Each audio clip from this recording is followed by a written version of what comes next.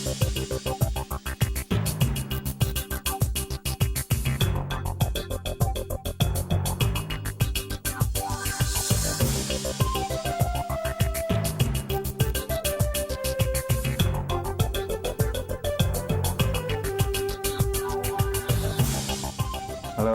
I'm Shahin Sayadi, and we're here today at Man's Corner. And we have two very special guests here today, visual artists of Nova Scotia. Before we go to our show, I want to give a special thanks to Steve Dobson and his crew today for helping us greatly to set up for this show, and you'll find out why it was a little bit complicated for us to set up for this show. Let's go right to it. I'm very honored to have these two artists here with us today. First is Miya Turnbull, and she'll be talking about her work, same as Avery Crowley. Miya, thanks for being here. Thank you for having me. And Miya, can you tell us a little bit about yourself, where you were born, where you grew up, and your upbringing, and then we can go into talking about your work. All right. Well, my name is Miya Turnbull. I'm originally from Alberta. I grew up on a farm there, a third-generation farm, and the nearest town was Onaway, Alberta, and it's about 600 people, so it's a very small town. And Edmonton's about an hour away. For me growing up there, it was a little difficult. There weren't very many multicultural anything out there, so we were the only Asian family out there. So we always felt quite different growing up, but it's something I appreciate so much now. My mother is Japanese Canadian, and my father is British Canadian, and they're both Canadian born, and even one set of my grandparents were born in Canada as well. But it's a really wonderful thing. I feel like I can draw the best of both worlds. Like I appreciate having both cultures in my life, and it's something now that has definitely shaped who I am, and it's something I bring into my artwork a lot. And I went to school. I went to University of Lethbridge, Southern Alberta, and I studied art there. I studied biology and psychology. I was trying to do a combination with art, but I realized my true passion was with art, so I went completely with my Bachelor of Fine Arts. I moved to Montreal for a couple years, and then I came to visit some friends out here in Halifax, and I loved it so much. I decided to move. So I've been here about 3.5 years now, and I'm going to stay, so I love it here. So you feel like a Haligonian now? I do, yeah. I feel a lot of support here, and I love the people and the landscape and the ocean, and it feels... Hello, I'm Shahin Sayadi, and we're here at Man's Corner, and we're talking to two visual artists, Avery Crowley and Miya Turnbull. Miya, we were talking about your masks and the photo masks and the animation of these masks. You gave us some background to this. If we can see it, if we can see the first animation, and then you can talk about it. Sure, yeah.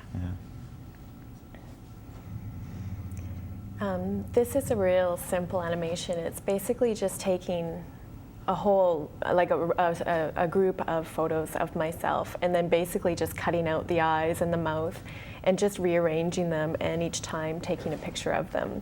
And then basically when I have that animation, I'll project it onto a white mask of my face, so it takes that shape just perfectly. And it's a lot of fun to just change the features and have them fall off the face and slant up and down, and they have a lot of life. And basically I just create a loop and it just plays, and then I had an exhibit in last October where I would have some of those animations playing on a mask and then the still masks right next to them, and I really liked that layout of them. So I see. So you had the mask, and then you also had a plain mask that you were projecting on, yeah. and at the same time you could see all of them at once. Yeah. Miya, could you kind of give us the background to how you got interested in what do you call your work, and how you got interested in that? Well, I basically have been developing 3 separate bodies of work. One is photography, which I've just always had a passion for, and I tend to do a lot of close-ups of flowers and stuff.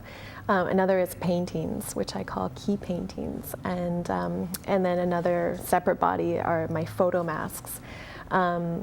The photo masks are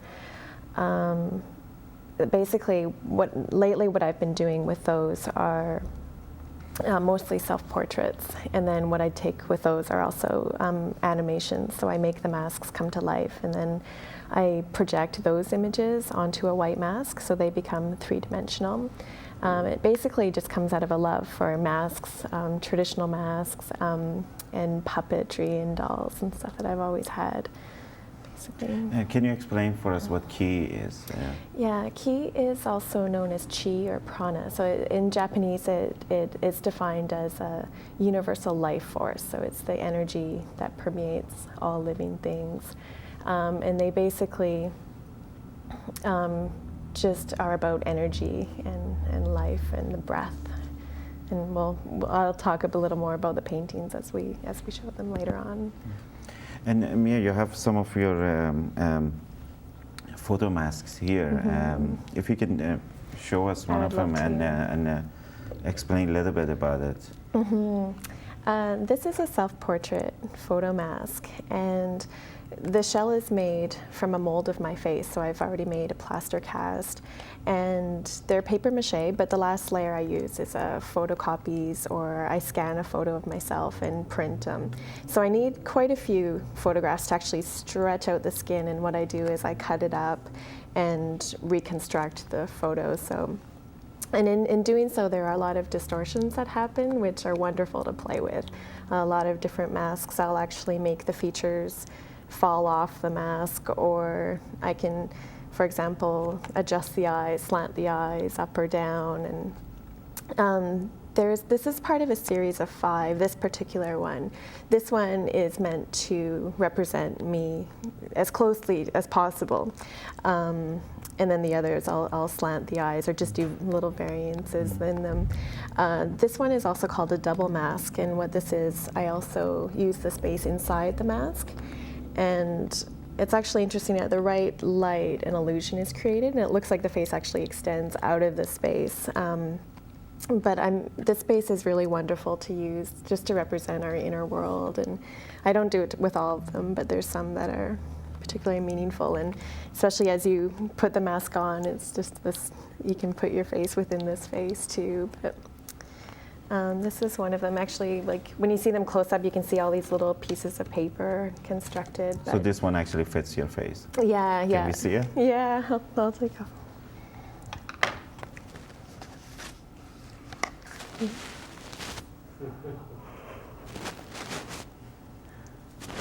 But it's quite something, Miya, that it's not, I mean, when we think of masks or we talk about masks, usually it's what you see in front of you, but here is actually, there's another dimension to it that you actually have to turn around and feel it and touch it, and there are quite different, many levels to it.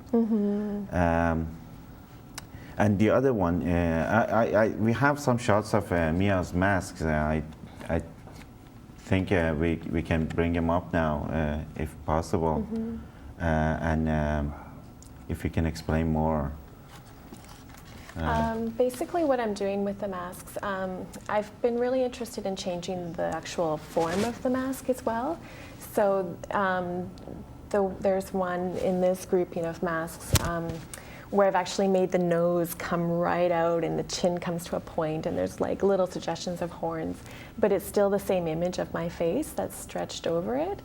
So it's just interesting to change the actual form of the mask. And then in some, I've actually shifted the face right up. So it's the actual form of my face, but then the lips are up on the nose, and the nose is flat, and the eyes are way up on the forehead. So there's some really neat distortions you can get. And they're really creepy, but they're very captivating at the same time. And there's a black and white photo of myself, and one where the eyes are falling down on the cheeks. And it's just really neat. to play with those distortions, and I can.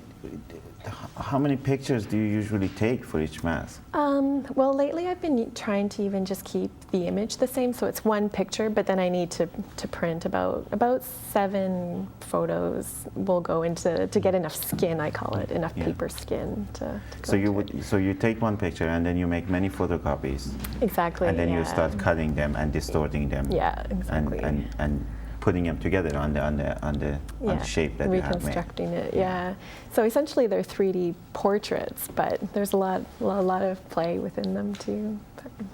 So when you go at one mask, how long does it usually take you to make one? From start to finish, it's quite the process. Like if I just start from the plaster mold and do layers of paper mache, if I want them to be strong enough, like solid enough, it'll take about 7 layers of paper mache, and that's a good maybe 3 hours of work, and that's the worst part of it. I hate that part. I just want it to be done and I can actually get to the last layer. That's the most interesting part. And I can do the last layer in a day quite easily. So it's very satisfying work because I can see it right away, and if I don't like it, I can just do another layer right over top of it. So they're really fun to do. Okay. We're going to be showing some of your animation of the mask later on. If you can just give us the background to the animation now, and then we can go to that maybe after the break. Sure. The animations just came out of basically as I add each piece of paper to the mask, it's just very simple to capture that. I just use digital camera and just frame by frame, so that I can make the face basically spontaneously create itself, which is amazing, and play that backwards, or I can change the eyes and move the mouth around and make it appear to be blinking and talking. And what happened with the animations is I'm looking at it on, basically I'll run them together on an animation program on the computer, and there it will just be flat, 2-dimensional, and I didn't really like it like that. So the most obvious thing to me was to take it off the computer and project that onto a white mask, and so then it becomes 3-dimensional, and it really has a lot of life to it then. So. And we're going to see some of that after we come back from the break, and we'll be right back.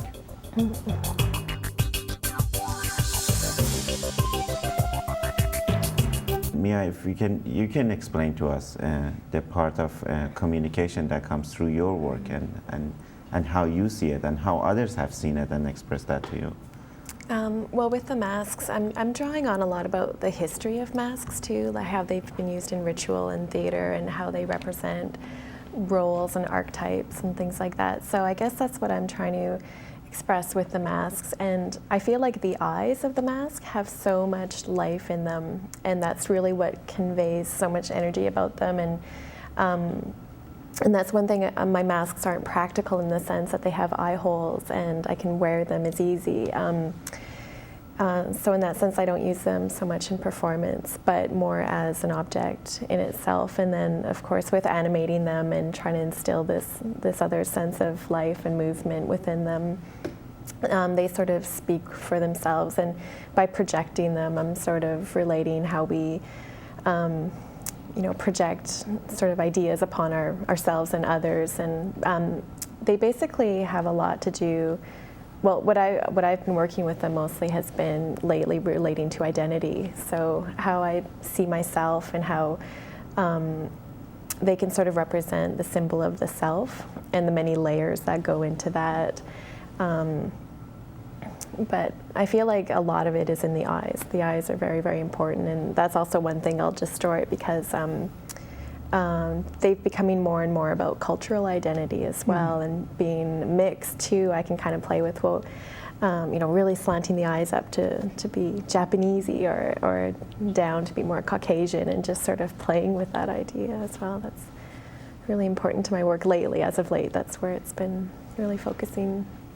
Why is this has become more of an issue now than before, do you think? I guess just as I explore the mask, they have been, I guess also just in experimenting with the mask, just by doing self-portraits, just keeping my image a constant, then I can explore many ideas within that. And as I've been doing that, they've just seemed to become more about myself and this thing that's tangible that I can look at outside of myself. And so they've become just more of an exploration, and then in that they've come to become like this more of this cultural identity that I've always, you know, when we're growing up, it was always, well, we're not one or the other, and now that's just turned into this appreciation and exploring that. It's just been evolving, and that's really come through. Maybe as I'm getting older, I'm trying to look back more and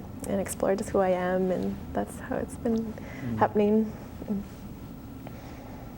Miya, earlier we were talking also about the issue of communication in your work. We have another one of Miya's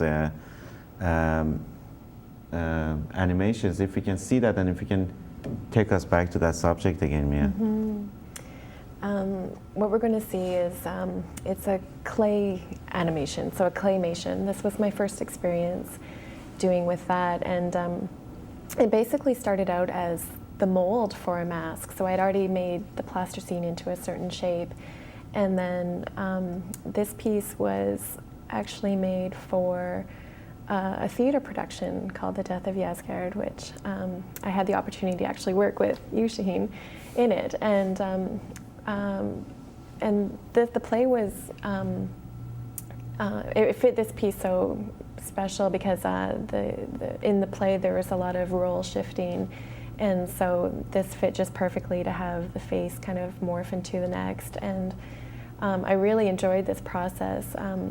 It's such a simple thing to do, just frame by frame, just slightly change the clay each time and take a picture of it each time, and then just run it together, and it has this whole life of its own. It's really a wonderful experience to be able to do that. And then what we did with the piece, of course, was to blow it up huge and project it onto stage, which opened and closed the play. So it's wonderful for me to have that experience and bring it to theater. But was it the first time that you were working with clay in such a way? Yeah, and it's really inspired me. I want to do more. My next projects I'm working on are going to be, of course, more masks and dolls, but I really want to do more claymation as well. So. Maybe when we come back after the break, Miya, you can explain more about the technicalities of the animation. It's not just making the mask and taking the pictures, but actually fitting it into a space and having it projected to the right size is, I understand, is quite a work. It's always a challenge. And if we can talk about that. And also we're going to see some of your paintings, key paintings, yes. As you explained the word to us earlier. Hi, we're back here at Man's Corner with Avery Crowley and Miya Turnbull, and our conversation is getting so exciting that I think we're running out of time pretty soon. We have so much more to talk about. But before anything, if we can see some of shots of Miya's paintings, the key paintings, and Miya's going to give us a bit of background to those. Okay, so these are a whole series of key paintings, and what they are either acrylic on canvas or watercolor as a starting point, and then it's ink that's blown on top. So basically I'm just dropping ink on it and blowing it with a straw, and that just gives it this amazing sense of energy and life that doesn't necessarily come from my hand. It's not contrived, it's very random, and I have some amount of control, but they're very fluid. And then what I do after is I kind of connect them together with pen, a really fine tip pen, and I kind of create these organic shapes that sort of already there, so it's just sort of revealing the shapes that are already there. The circle ones have more to do with maybe like the mandala, sort of sacred symbol or center. But there's also a series, the red one, for example, is a series I'm doing called The Rising Sun, and they're very loosely based on the Japanese flag. So I just use the red circle as a starting point, and then there's just so many variations that I can do with this whole series. So it's really exciting. I can take it so many different places, but they're always changing, which is nice. Like they're very much alive, and they have a lot of the lines can represent growth and change, and sometimes they appear to be figures in them, or tree branches or roots. So there's a lot of different things happening in them. Thank you. Especially what you were saying about growth, especially in that one. As you were saying it, I was starting to, you need to spend time on it, and you clearly can see that.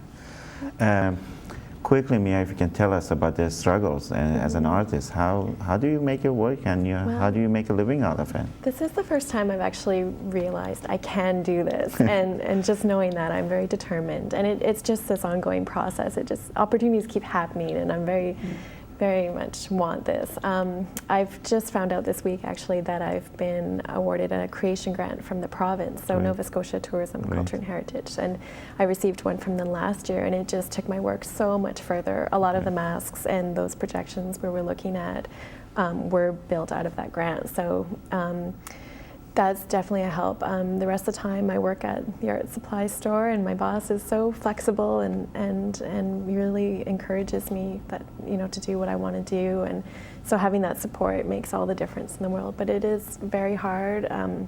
It's always just finding the time and the money and the energy to keep at it. So it's always very difficult, and to actually having to market myself and to write about my work and just sending out proposals and just to keep on it. That's the hardest thing, but it pays off, definitely.